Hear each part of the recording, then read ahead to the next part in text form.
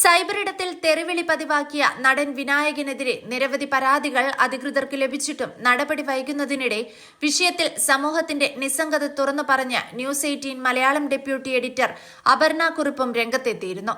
വിനായകൻ യേശുദാസിനെ വിമർശിച്ചതുമായി ബന്ധപ്പെട്ട് അപർണ കുറുപ്പ് വീഡിയോ ചെയ്തിരുന്നു.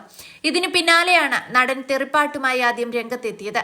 പിന്നാലെ കേട്ടാൽ അറയ്ക്കുന്ന അസഭ്യ വാക്കുകൾ പറഞ്ഞ അപർണ കുറുപ്പിനെയും കുടുംബത്തെയും വ്യക്തിപരമായി അധിക്ഷേപിക്കുന്ന ഓഡിയോ സന്ദേശം പുറത്തു വന്നിരുന്നു. മറുനാടൻ മലയാളി ചീഫ് എഡിറ്റർ ഷാജൻ സ്കറിയയെയും കുടുംബത്തെയും അധിക്ഷേപിക്കുന്ന അസഭ്യം പറയുന്ന ഓഡിയോ സന്ദേശവും ഇതിനൊപ്പം പുറത്തുവിട്ടിട്ടുണ്ട്. സൈബർ ഇടത്തിൽ ലൈംഗികാവയവങ്ങളുടെ പേരുകൾ വിളിച്ചു പറഞ്ഞും കേട്ടാൽ അറയ്ക്കുന്ന തെറി വിളിച്ചും വിനായകൻ നടത്തുന്ന അധിക്ഷേപങ്ങൾ അതിരുവിട്ടിട്ടും നടപടിയെടുക്കാതെ അധികൃതർ മൗനം പാലിച്ചതോടെ വിഷയം ന്യൂസ് 18 മലയാളം ചർച്ച ചെയ്തിരുന്നു. ഇതിനു പിന്നാലെയാണ് സമൂഹത്തിന്റെ നിസ്സംഗത തുറന്നുകാട്ടി അപർണ കുറുപ്പ് രംഗത്തെത്തിയത്. പൊതുശല്യമാണ്. അങ്ങനെയുള്ള സമൂഹ ദുരന്തങ്ങളെ ഒരേ ബോധ്യത്തോടെയാണ് നേരിടേണ്ടതെന്ന് കോവിഡ് കാലത്തും പ്രളയകാലത്തും മാത്രമല്ലല്ലോ മനസ്സിലാക്കേണ്ടത് നമ്മൾ.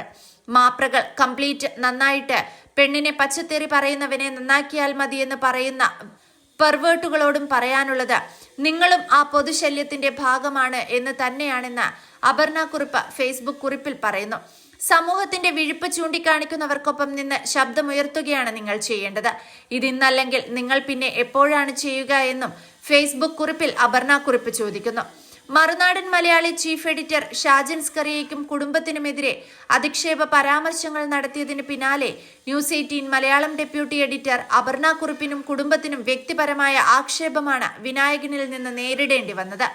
കേട്ടാൽ അറിയിക്കുന്ന തെറിവിളിയോടെയാണ് ഭീഷണി ശബ്ദ സന്ദേശം വാട്സപ്പിലൂടെ പങ്കുവച്ചത്. വിനായകന്റെ ഭീഷണി ശബ്ദ സന്ദേശം പുറത്തുവിട്ട് ന്യൂസ് 18 മലയാളം ഈ വിഷയം ഇന്നലെ ചർച്ച ചെയ്തിരുന്നു. ഷാജൻ സ്കറിയയുടെ കുടുംബത്തെയും അപർണ കുറുപ്പിന്റെ കുടുംബത്തെയും വ്യക്തിപരമായി അധിക്ഷേപിക്കുകയും അസഭ്യം പറയുകയും ചെയ്യുന്ന ഓഡിയോ സന്ദേശം പുറത്തുവിട്ടാണ് വിഷയം ചർച്ച ചെയ്തത്. പിണറായി സർക്കാർ അധികാരത്തിലിരിക്കെ സൈബർ സഖാക്കളുടെ പിന്തുണയിൽ വ്യക്തികളെ സൈബർ ഇടത്തിലൂടെ അസഭ്യം പറയുന്ന വിനായകനെതിരെ നിയമ നടപടിയുമായി മുന്നോട്ടു പോയാലും ഇടത് സർക്കാരോ പോലീസോ തുടർ നടപടികൾ സ്വീകരിക്കില്ലെന്ന ആശങ്കയാണ് ചർച്ചയിൽ പങ്കെടുത്ത ഷാജൻ സ്കറിയ പങ്കുവച്ചത്. ചർച്ചയിൽ എഴുത്തുകാരി പി ഗീത, സാമൂഹിക നിരീക്ഷകൻ രാഹുൽ ഈശ്വർ എന്നിവർ പങ്കെടുത്തിരുന്നു. ന്യൂസ് 18 കേരള ചാനലിനും മാധ്യമ പ്രവർത്തകർക്കുമെതിരെ അധിക്ഷേപ പരാമർശങ്ങളുമായി നേരത്തെ വിനായകൻ ഫേസ്ബുക്കിൽ കുറിപ്പ് പങ്കുവച്ചിരുന്നു. വിനായകന്റെ തെറിവിളികൾ പൊതുശല്യമായി മാറുകയാണെന്ന ആക്ഷേപം ശക്തമായി ഉയർന്നിട്ടുണ്ട്. ഇതിനിടെയാണ് തെറിപ്പാട്ടുമായി നടൻ വീണ്ടും രംഗത്ത് വന്നത്. മാധ്യമപ്രവർത്തകയെ സ്ത്രീത്വത്തെ അപമാനിക്കും വിധത്തിലായിരുന്നു നടന്റെ തെറിപ്പാട്ട്. നേരത്തെ യേശുദാസിനും അടൂർ ഗോപാലകൃഷ്ണനുമെതിരെ സോഷ്യൽ മീഡിയകളിലൂടെ നടത്തിയ അസഭ്യവർഷത്തിൽ മാപ്പ് പറഞ്ഞിരുന്നു വിനായകൻ. മാപ്പ് പറഞ്ഞ നിമിഷങ്ങൾക്കകം മാധ്യമപ്രവർത്തകരെ അധിക്ഷേപിക്കുന്ന കുറിപ്പും വിനായകൻ പങ്കുവച്ചു. സിനിമാ കോൺക്ലേവിലുണ്ടായ സംഭവങ്ങളുടെ പേരിലാണ് അടൂർ ഗോപാലകൃഷ്ണനെതിരെ വിനായകൻ അസഭ്യവർഷം നടത്തിയത്.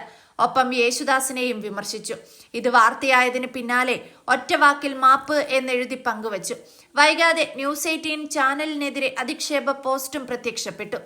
ഭീഷണി എന്ന വാക്കിന്റെ അർത്ഥം അറിയാത്ത ചാനലുകൾ എന്ന് പറഞ്ഞു തുടങ്ങുന്ന പോസ്റ്റിൽ പുലഭ്യം എങ്ങനെ അസഭ്യമാകും എന്നാണ് വിനായകന്റെ ചോദ്യം.